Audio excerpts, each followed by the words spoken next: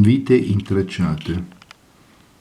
Sono le vite di persone che hanno intrecciato appunto le loro con quelle di altre persone che hanno incontrato nella loro vita.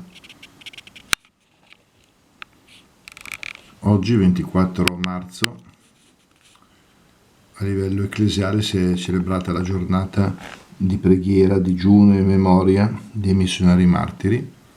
È una giornata fissata nel giorno di oggi perché si ricorda l'anniversario della morte, dell'uccisione, del martirio del vescovo Oscar Arnulfo Romero in El Salvador, proclamato santo in quanto martire dal Papa 3 anni fa, e questo è il volantino della celebrazione che si è svolta presso la chiesa di Calderara a cura del decanato di Paderno Dugnano con l'Imbiate Varedo.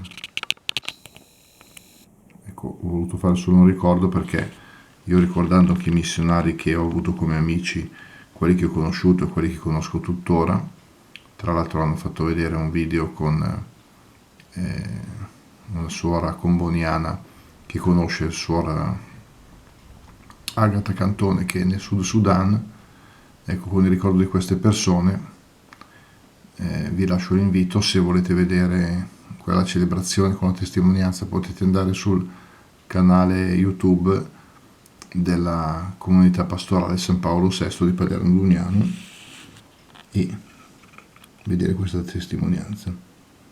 Grazie a questi uomini e queste donne che hanno dato appunto la vita per il Signore e per gli altri, e hanno appunto intrecciato le loro vite con quelle di altre persone, lasciandoci un esempio.